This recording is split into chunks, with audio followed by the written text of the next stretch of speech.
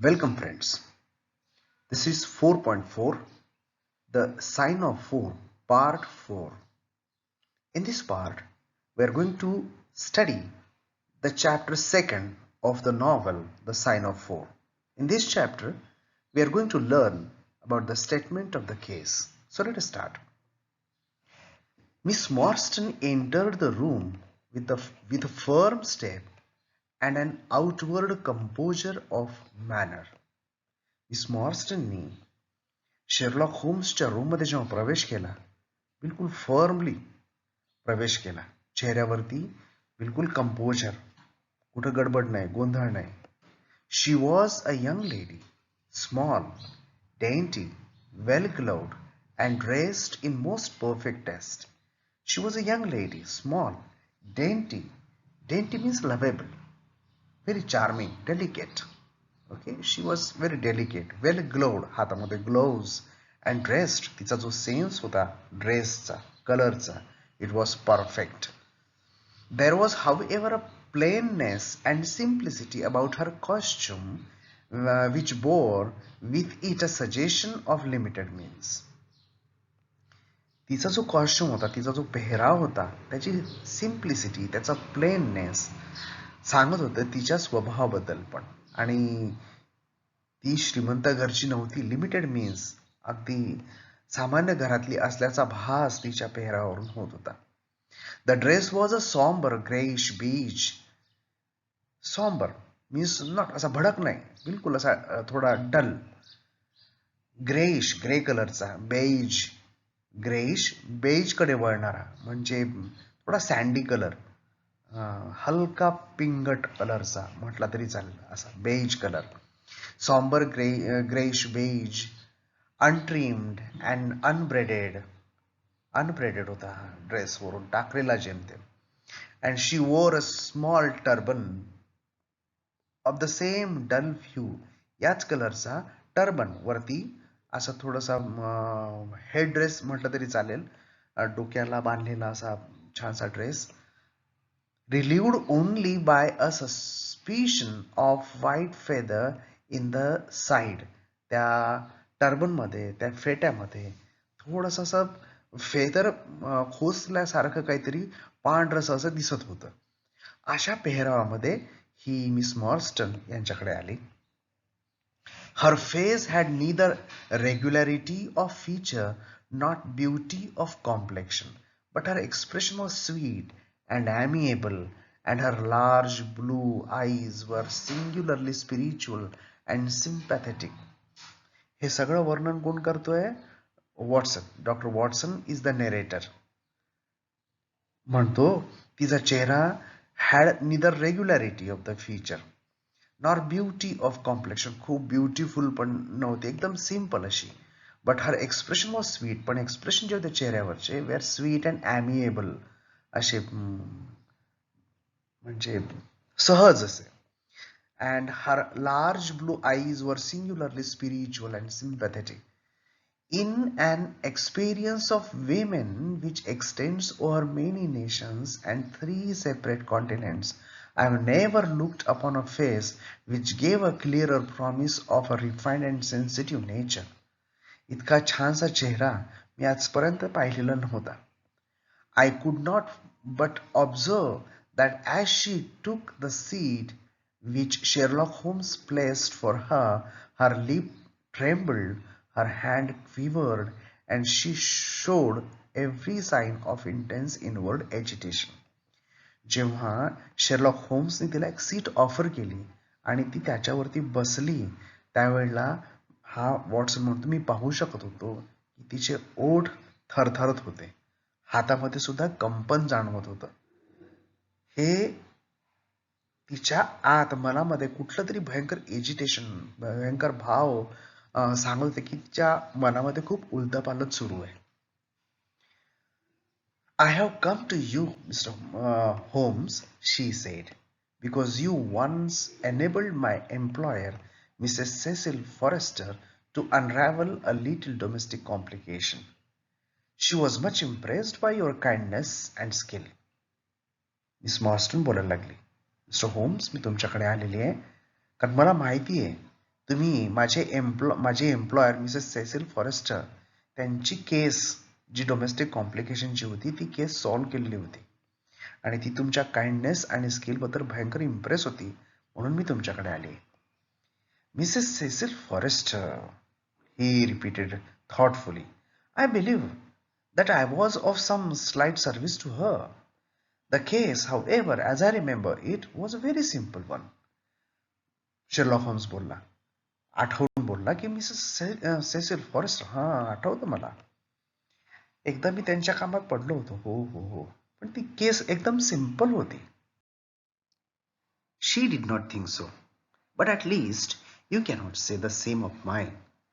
I can hardly imagine anything more strange, more utterly inexplicable than the situation in which I find myself. मॅरी मॉर्स्टन म्हणाली की तुम्ही म्हणताय तिची केस सिंपल होती, but she did not think so. बरं, तिचं काही असू दे, पण माझी केस मात्र जास्ती स्ट्रेंज आहे, जास्ती इनएक्सप्लिकेबल आहे, न समजून सांगता येण्यासारखी. ज्या सिच्युएशन मध्ये सध्या मी.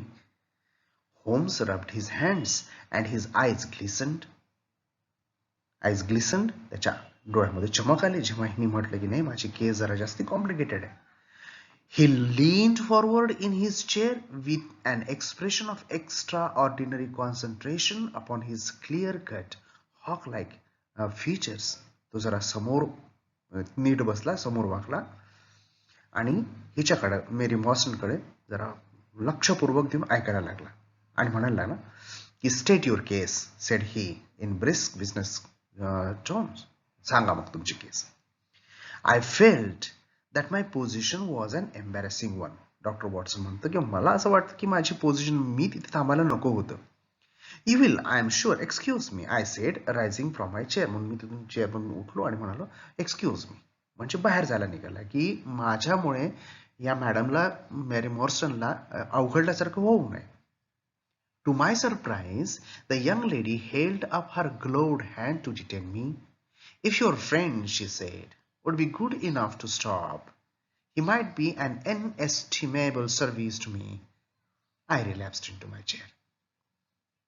मला आश्चर्य वाटलं जेव्हा त्या ग्लोव्ड हँडने, त्या लेडीनी, मेरी मॉर्स्टननी म्हटलं की तुम्ही थांबलं तरी चालेल, पण हे कोणाला म्हटलं? शेरलॉक होम्सला, की तुमचा मित्र जर इथे थांबला तर मला बरं वाटेल.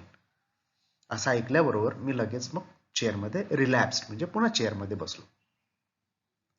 ब्रीफली शी कंटिन्यूड, ती सांगायला लागली. Briefly the facts are these, त्या फॅक्ट्स अशा आहेत that my father was an officer in an Indian regiment who sent me home when I was quite a child. माझे वडील ऑफिसर होते इंडियन रेजिमेंटमध्ये, जेव्हा त्यांनी मला घरी पाठवलं. माय मदर वॉज डेड, माझ्या आईचा मृत्यू झाला. And I had no relative in England, आणि इंग्लंडमध्ये मला कोणतेही रिलेटिव्ह नव्हते. So I was placed however in a comfortable boarding establishment at Edinburgh. And there I remained until I was 17 years of age. म्हणून मला एडिनबर्गच्या एका बोर्डिंगमध्ये ठेवण्यात आलं. तिथे मी वयाची 17 वर्षपर्यंत तिथेच थांबली. In the year 1878, my father, who was senior captain of his regiment, obtained 12 months leave and came home. 1878 मध्ये असं घडलं की माझ्या वडिलांना 12 महिन्यांची रजा मिळाली. ते तेव्हा सिनियर कॅप्टन होते रेजिमेंटमध्ये. He telegraphed to me from London that he had arrived all safe and directed me to come down at once, giving the Langham Hotel as his address. किती वर्षांपासून आपल्या मुलीची भेट नव्हती, म्हणून लंडनला पोहोचल्याबरोबर तिच्या वडिलांनी तिला टेलिग्राम पाठवला. मग त्याच्यामध्ये लिहून होतं की मी लंडन पर्यंत सेफली आलेलो आहे आणि तू मला लंगम हॉटेलमध्ये भेटायला ये. लंगम हॉटेल हा ऍड्रेस तिच्या वडिलांनी तिथे दिलेला होता. His message, as I remember, was full of kindness and love. On reaching London, I drove to the Langham and was informed that Captain Morstan was staying there, but that he had gone out the night before and had not yet returned. I waited all day without news of him. है ना, ही सांगायला लागली miss मॉर्स्टन की त्यांचा जो message आला होता it was full of kindness and love. त्यांच्या म्हणण्यानुसार मी लँगम हॉटेलला पोहोचली पण तिथे मला सांगण्यात आलं की कॅप्टन मॉर्स्टन म्हणजे तिचे वडील आदल्या रात्रीच बाहेर गेले आणि अजूनही वापस आले नाही. तिनं खूप वेळपर्यंत वाट पाहिली. That night on the advice of manager of the hotel I communicated with the police and next morning we advertised in all the papers means newspapers. त्या हॉटेल मॅनेजरच्या म्हणण्यानुसार त्यांनी पोलीसमध्ये कंप्लेंट दिली आणि न्यूजपेपरमध्ये सुद्धा ॲडव्हर्टाइजमेंट दिली मिसिंगची. Our inquiries led to no result, and from that day to this, no word has ever been heard of my unfortunate father. आजपर्यंत माझ्या वडिलांचा तेव्हापासून कुठलाही पत्ता लागला नाही. He came home with his heart full of hope to find some peace, some comfort, and instead, she put her hand to her throat, and a choking sob cut short the sentence. सांगायला लागली ती, माझे वडील किती आशेने इथे आलेत इंग्लंडला. त्यांना थोडी शांतता पाहिजे होती, थोडा आराम पाहिजे होता आणि पुढे ती बोलू शकले नाही. The date asked Holmes opening his notebook. होम्सने विचारलं date. He disappeared upon the 3rd of December 1878, nearly 10 years ago. तिनं सांगितलं 3rd of Decemberला ते निघून गेलेत. His luggage? पुन्हा शेरलॉक होम्सने विचारलं. What luggage? Remained at hotel. There was nothing in it to suggest a clue. Some clothes, some books, and a considerable number of curiosities from the Andaman Islands. He had been one of the officers in charge of the convict guard there. काही खास नाही त्यांच्या लगेजमध्ये. Clue म्हणून त्यांचे कपडे, काही पुस्तकं, काही खास क्युरिओसिटीज अंदमानवरून आणलेल्या होत्या त्यांनी. तिथे ते गार्ड होते ना, ऑफिसर इन चार्ज होते ते. Had he any friend in town? इथे लंडनमध्ये कोणी मित्र त्यांचा? Only one that we know of, Major Sholto of his own regiment, the 34th Bombay Infantry. The major had retired some little time before and lived in Upper Norwood. We communicated with him, of course, but he did not even know that his brother officer was in England. त्यांच्या मित्राची जेव्हा विचारपूस केली की कुठला मित्र होता का त्यांचा, तर हिने सांगितलं की मेजर शोल्टो त्यांच्या 34th बॉम्बे इन्फॅन्ट्री पैकी असाच त्यांच्या सोबत असलेला ऑफिसर तो होता इंग्लंडमध्ये. थोडा काही वर्षापूर्वीच ते रिटायर झालेले होते आणि अप्पर नॉर्वूड मध्ये राहत होते. पण त्यांच्याशी पण आम्ही कम्युनिकेट केलं, त्यांना पण विचारलं, पण ते म्हणतात की मला माहीतच नाही की मिस्टर मॉर्स हे इंग्लंडमध्ये आले म्हणून. A singular case, remarked Holmes. Remark म्हणाला, केस विशेष दिसते मला. I have not yet described to you the most singular part. About 6 years ago, to be exact, upon the 4th of May 1882, an advertisement appeared in the Times asking for the address of Miss Mary Morstan and stating that it would be all her advantage to come forward. So, miss Mary सांगते की मी तर अजून तुम्हाला विशेष गोष्ट सांगितलीच नाही. 6 वर्षापूर्वी exactly 4th of May 1882 ला एक ॲडव्हर्टाइजमेंट आली टाइम्समध्ये, टाइम्स न्यूजपेपरमध्ये. त्याच्यामध्ये मिस मॅरी मॉर्स्टनचा ॲड्रेस त्यांनी मागितलेला होता आणि म्हटलेलं होतं की ही त्यांच्या फायद्यासाठीच राहील. There was no name or address appended. त्याच्यावरती ॲड्रेस नाही पण नाव पण नाही कोणाचं. I had at that time just entered the family of Miss Cecil Forrester in the capacity of governess. Miss Cecil Forrester यांच्याकडे मी गव्हर्नेस म्हणून नोकरीला लागलेली होती तेव्हा, जेमतेम. By her advice, I published my address in the advertisement column. त्यांच्याच ॲडवाइसनुसार मी माझा address त्या ॲडव्हर्टाइजमेंट कॉलममध्ये पब्लिश केला. The same day there arrived through the post a small cardboard box addressed to me, which I found to contain a very large and lustrous pearl. अगदी त्याच दिवशी माझ्या ॲड्रेसवरती एक छोटा बोर्ड बॉक्स आला, ज्याच्यामध्ये एक मोठा आणि चांगला तेजमान असा मोती होता. No word of writing was enclosed. कुठलंही काहीही लिहिलं नव्हतं. Since then, every year upon the same date, there has always appeared a similar box containing a similar pearl without any clue as to the sender. दरवर्षी याच दिवशी बरोबर असाच एक मोती दरवेळेला माझ्याकडे यायचा. They have been pronounced by an expert to be of a rare variety and of considerable value. मी जेव्हा हा मोती दाखवला पारख असणाऱ्या लोकांना, त्यावेळेला त्यांनी सांगितलं की याची किंमत खूप जास्ती आहे. You can see for your self that they are very handsome. She opened a flat box as she spoke and showed me 6 of the finest pearls that I had ever seen. Miss मॅरीनी तिच्याकडचा box open केला आणि म्हटलं, हे बघा, तुम्ही स्वतः पाहू शकता किती मोठे आणि किती मौल्यवान हे सगळे मोती आहेत म्हणून. आणि खरंच त्याच्यामध्ये 6 असे मोती, फायनेस्ट पर्ल्स त्याच्यामध्ये होते. Your statement is most interesting, said Sherlock Holmes. Has anything else occurred to you? अजून काही विशेष घडलं का त्याच्यानंतर? Yes, and no later than today. That is why I have come to you. This morning I received this letter, which you will perhaps read for yourself. हो, घडले ना निश्चित, ती म्हणते की आज सकाळी मला हे पत्र मिळाले, तुम्ही स्वतः वाचू शकता. Thank you, said Holmes.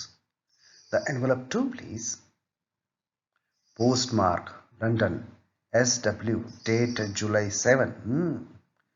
Man's thumb mark on corner, probably postman. Best quality paper. Envelopes at 6 pence a packet. Particular man in his stationery. No address. Be at the 3rd pillar from the left outside the Lyceum Theatre tonight at 7 o'clock. If you are distrustful, bring 2 friends.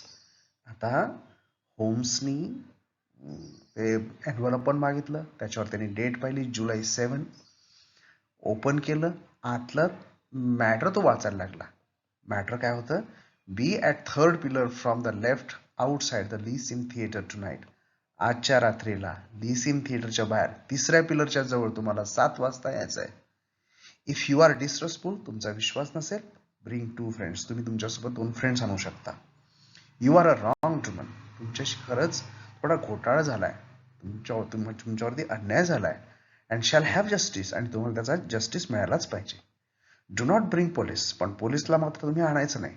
If you do, all will be in vain. तुम्ही जर पोलीसला आणलं तर सगळं वाया जाईल. Your unknown friend. Well, really this is a very pretty little mystery. Holmes म्हणू लागला, आहे खरं रहस्य याच्यामध्ये. What do you intend to do, miss Morstan? काय करायचं ठरवलं मिस मॉर्स्टन तुम्ही? That is exactly what I want to ask you. मला नेमकं तुम्हाला हेच विचारायचं आहे की तुम्ही काय मला मदत करणार. मिस मॉर्स्टन म्हणते होम्सला. Then we shall most certainly go. Holmes म्हणतो, बिलकुल, मग आम्ही तुमच्यासोबत जरूर येऊ. You and I. तुम्ही असाल, मी असेल. And yes, why doctor Watson is the very man. आणि तिसरे doctor Watson. Your correspondent is 2 friends. He and I have work together before. तसे तुमच्या करस्पॉन्डंटनी 2 मित्र म्हटलेले आहेत. मी आणि डॉक्टर वॉटसन दोघे खूप दिवसांपासून काम करत आहोत सोबत. But would he come? She asked with something appealing in her voice and expression. पण हे येतील का? तिच्या बोलण्यामध्ये विचारणा पण होती आणि रिक्वेस्ट पण होती डॉक्टर वॉटसनसाठी. I should be proud and happy, said I. मी म्हणालो, म्हणजे कोण? डॉक्टर वॉटसन म्हणाला की बिलकुल आनंदाने येईन. If I can be of any service. मी तुमच्या काही कामात पडू शकलो तर फारच आनंदाची गोष्ट आहे.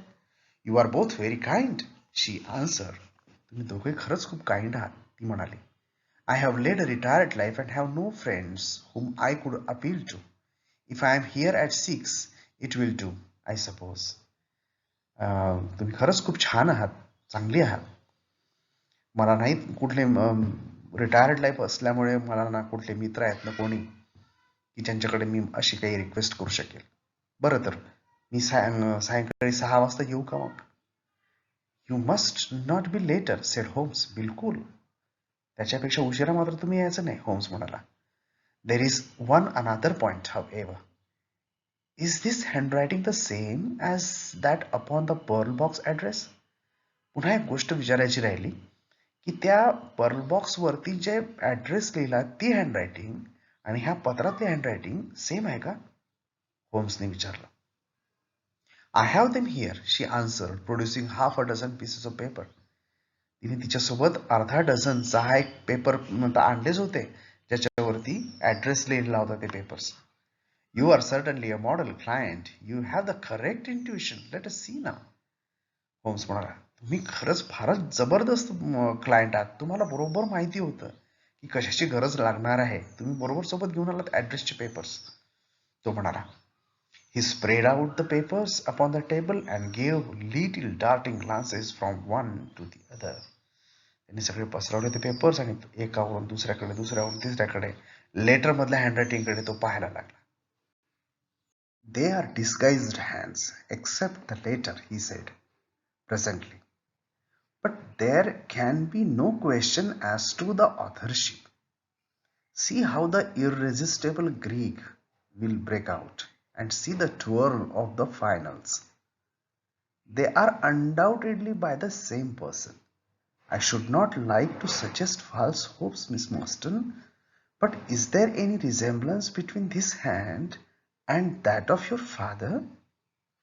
त्यांनी आपला डाऊट, त्यांनी बारकाईनं ते लेटर आणि त्या ॲड्रेस शीटवरचे सगळे हँडरायटिंग बारकाईनं तपासले आणि म्हणाला की काहीही झालं तरी डिस्गाइज्ड हँड दिसतो, म्हणजे त्यांनी वेगवेगळ्या पद्धतीने लिहायचा प्रयत्न जरी केला असेल तरी ज्या पद्धतीनं तो स्ट्रोक देतो शेवटच्या अक्षरांवरती, ट्वर्ल देतो शेवटच्या अक्षरांवरती, त्याच्यावरून पक्का हा एकच माणूस आहे लिहिणारा. मला एक सांगा मिस मॉस्टन, तो म्हणतो की ही जी हँडरायटिंग आहे आणि तुमच्या वडिलांची हँडरायटिंग सेम आहे का? मिस मॉस्टन म्हणते, nothing could be more unlike. नाही नाही नाही, अजिबात नाही. I expected to hear you say so. हीच अपेक्षा होती माझी की तुम्ही असं म्हणणार. We shall look out for you then at 6. ठीक आहे, तर मग 6 वाजता भेटूया आपण. Please allow me to keep the papers. तुमच्या जवळचे जे पेपर्स आहेत माझ्याकडे जरा ठेवा. I may look into the matter before then. आपण तिथे निघायच्या आधी मला जरा हे याची टेस्ट घ्यायची, थोडं पाहायचे आहेत, बरोबर एक्झामिन करायचे. It is only 3:30. जेमतेम 3:30 झाले ना, आपल्याला 6ला निघायचं आहे. So or then, or your, means goodbye then, or your, said our visitor. आमची जी व्हिजिटर होती मिस मॉर्स्टन, तिने पण गुड बाय म्हटलं. And with a bright, kindly glance from one to the other of us, she replaced her pearl box in her bosom and hurried away. Standing at the window, I watched her walking briskly down the street until the grey turban and white feather were but a speck in the somber crowd. त्यानं आमच्याकडे दोघांकडे पाहिलं हसून आणि तो Perl box आपल्याजवळ घेतला आणि घाईघाईने निघून गेली स्ट्रीटवरती. मी पाहत राहिलो खिडकीमधून जोपर्यंत ती अदृश्य होत नाही. What a very attractive woman, I exclaim turning to my companion. माझ्या कंपेनियनकडे मी वळून म्हटलं, माझा कंपेनियन शेरलॉक होम्स, त्याला म्हटलं, काय जबर अट्रॅक्टिव्ह वुमन आहे. He had lit his pipe again and was leaning back with drooping eyelids. त्याने अजून आपला पाईप, स्मोकिंग पाईप पेटवलेला होता आणि खुर्चीवरती रेटून बसलेला होता.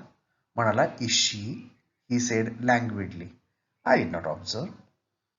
हो, इतकी अट्रॅक्टिव्ह आहे, मी पाहिलं नाही जरा बरोबर. एकदम सुस्तपणे त्यांनी म्हटलं, शेरलॉक होम्सनी म्हटलं. You really are an automaton, calculating machine, I cried. तू ना बस मशीन सारखा आहे, काही भावना नाहीत. There is something positively inhuman in you at times. बऱ्याचदा ना एक इनह्युमन क्वालिटी तुझ्यामध्ये मला दिसते. He smiled gently. तो हळूच हसला. म्हणाला, it is for the first importance, he sed.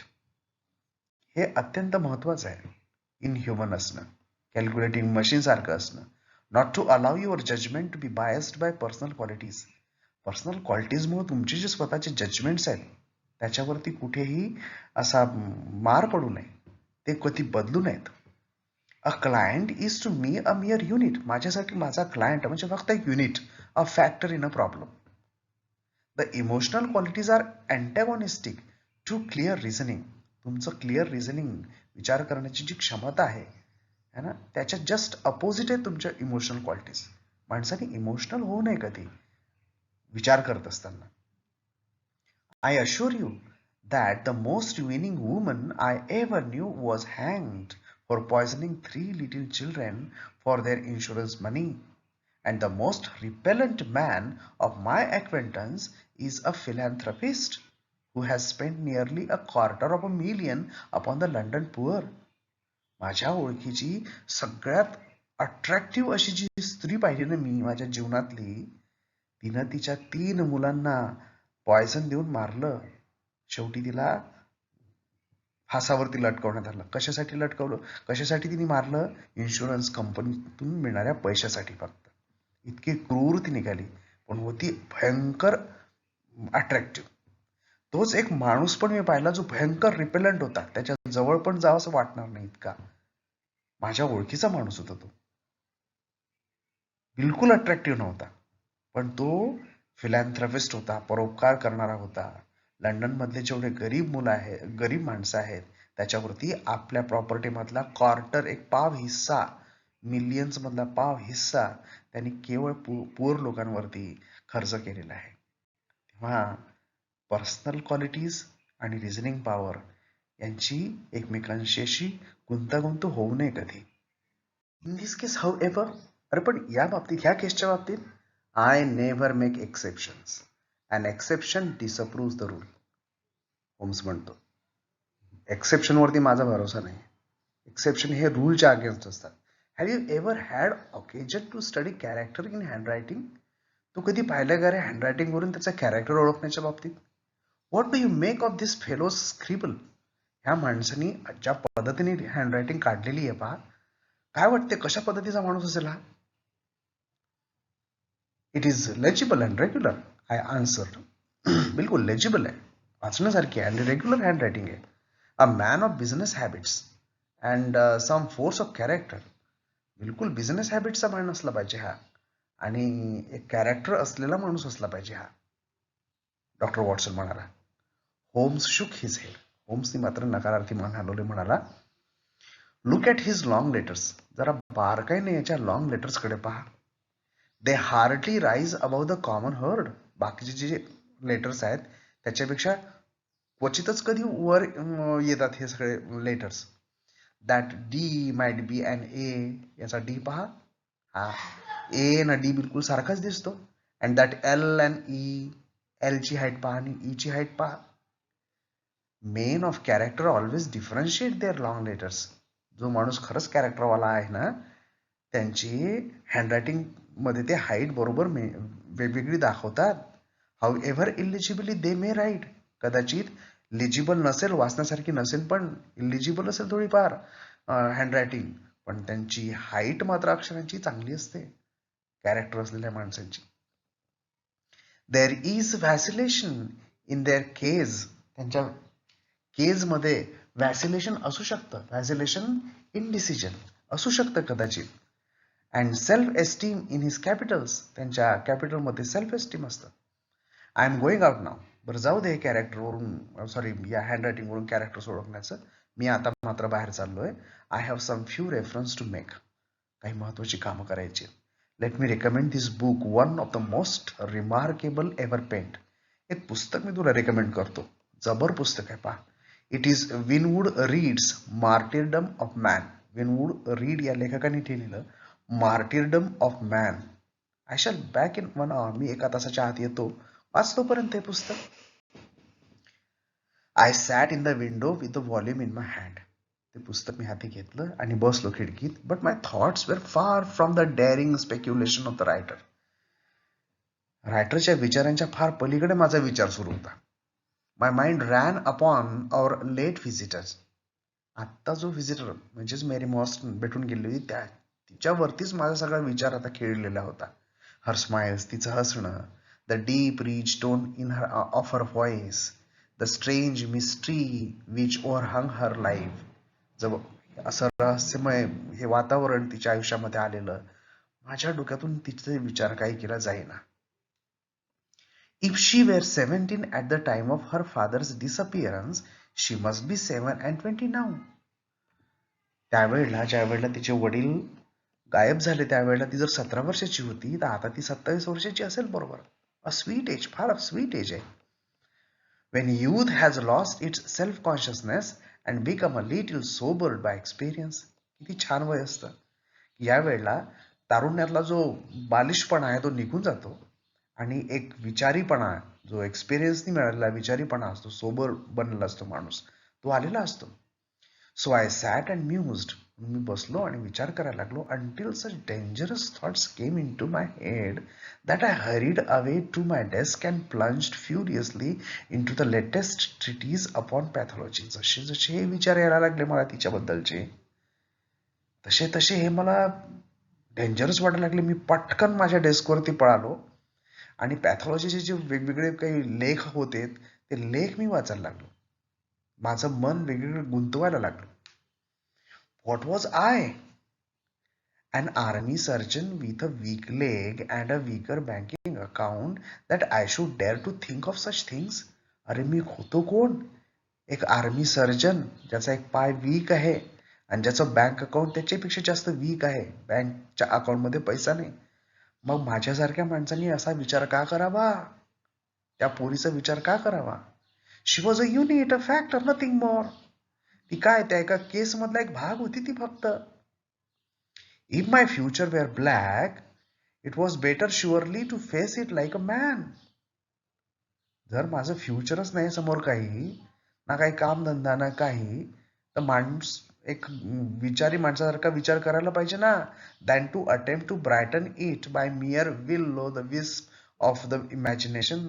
नुसतं इमॅजिनेशन मधून जी अप्राप्य गोष्ट आहे, विल ओ द विस्प, अप्राप्य, जी प्राप्त नाही होऊ शकणाऱ्या गोष्ट, तिच्याबद्दल उगाच ब्रायटन करण्यापेक्षा, ती तसे विचार डोक्यात आणण्यापेक्षा नेमका माझ्या फ्युचरचा विचार करायला पाहिजे ना मी. भलतेच विचार माझ्या डोक्यात येतात.